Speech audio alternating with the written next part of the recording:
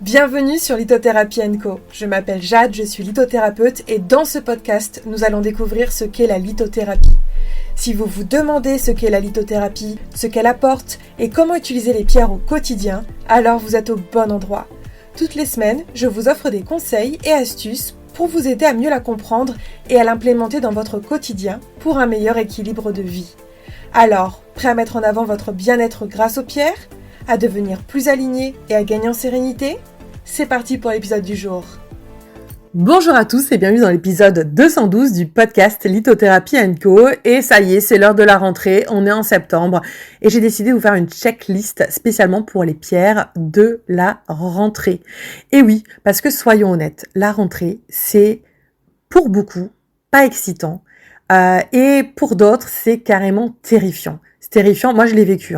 J'ai vécu ce moment où déjà on ferme la parenthèse de l'été, on est nostalgique.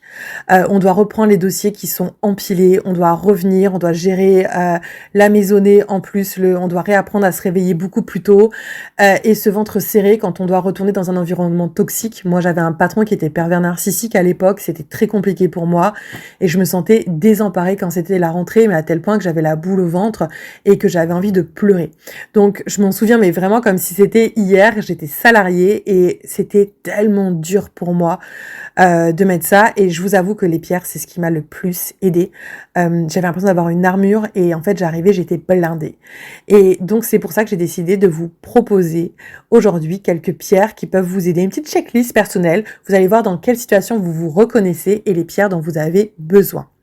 Alors déjà, il y a une première catégorie, c'est la catégorie du stress. Quand le stress te bouffe, de quoi est-ce que tu as besoin ? Parce que oui, on a énormément de stress quand on peut reprendre. Et si c'est ton cas, eh bien sache qu'il y a quelques pierres qui peuvent t'aider pour te ramener tout simplement au calme et te ramener à l'intérieur de toi et pas que tu subisses ce qu'il y a. Déjà, la fameuse calcite bleue, elle peut t'aider à reprendre un bon sommeil. C'est la pierre anti-stress par excellence et donc c'est une pierre d'apaisement. Tu peux méditer avec.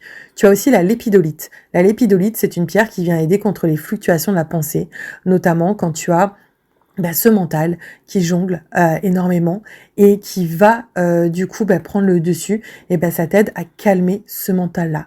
Tu as aussi bien évidemment le bois fossilisé qui est une pierre de lâcher prise par rapport au mental qui évite la fluctuation de la pensée. Donc quand tu ressasses un peu, quand tu justement t'as peur de ce qui va se passer après, elle t'aide à revenir dans ta corporalité. Donc si tu as déjà connu des nuits blanches, voilà, ces pierres, elles sont vraiment tes meilleurs alliés contre le stress de manière générale. Deuxième chose, si jamais toi, tu as besoin de reprendre un socle solide, une base, que tu dis, ok, moi j'ai besoin de me réancrer, ça y est, les vacances c'est fini, on réattaque. Moi j'avoue que je suis plutôt comme ça en ce moment. En fait, j'ai besoin de me réancrer et là, ce que je vais faire, c'est je vais faire des combos entre bois fossilisé, grenat et hématite. Parce que c'est vraiment des pierres qui te ramènent dans une densité, dans ta corporalité. C'est des pierres qui te permettent de passer à l'action aussi. L'hématite, c'est une pierre des entrepreneurs, mais donc des gens qui ont des projets, même si t'es pas à ton compte, en fait, elle t'aide à reprendre cette énergie de te remettre dans la gestion des projets, dans faire les projets. Le grenat, c'est une pierre qui t'invite à te reconnecter à ta passion, à matérialiser, à réavoir du feu. Et le bois, c'est une pierre qui vient te réancrer profondément. Donc après les vacances, quand tu passes de cette notion un peu de flottement, tu vois, de ce que tu as vécu, tu passes brutalement du respire l'air marin à il faut que tu recours sur un tapis volant, reprends ta Miracle Morning, machin, etc. Ces trois pierres, c'est celles qui vont être vraiment tes meilleurs alliés pour reprendre un rythme stable, reprendre des bonnes habitudes et te sentir ancré.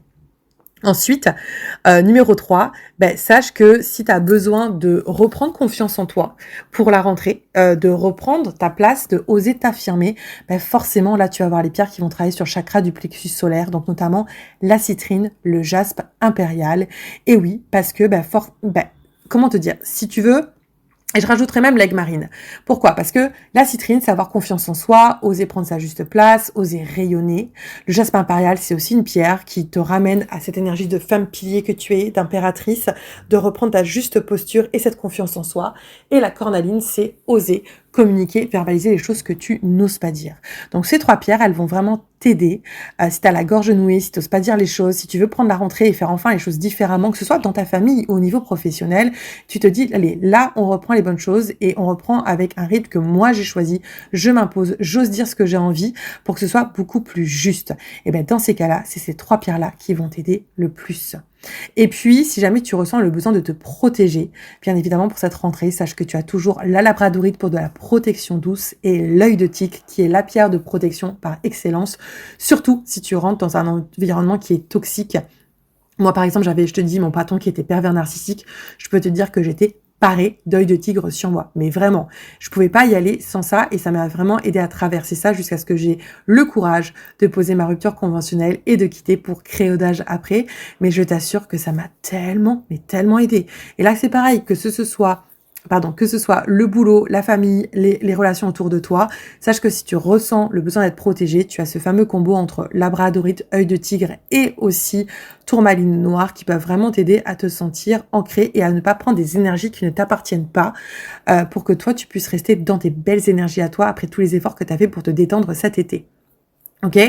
Si tu as jamais besoin d'être concentré, sache que tu as plusieurs pierres qui peuvent t'aider aussi. Si tu as besoin d'être ultra focus, concentré plutôt au niveau mental, n'oublie pas la fluorine. La fluorine, c'est une super belle pierre de clarté mentale. Et j'avoue que des fois, quand on reprend le boulot, quand on a 100 000 trucs à faire, qu'il faut savoir prioriser les tâches, tu vois, se remettre sur tous les projets, etc. Des fois, réapprendre certaines choses, ça peut être tellement compliqué. Voilà, si tu as besoin de tout ça, la fluorine, elle peut vraiment t'aider. Le cristal de roche aussi, parce que c'est la pierre des gens qui sont perfectionnistes et donc en fait elle t'aide à être rigoureux sur beaucoup de choses, donc c'est une pierre qui peut vraiment t'amener ça. Donc fluorine et cristal de roche, ça peut énormément t'aider.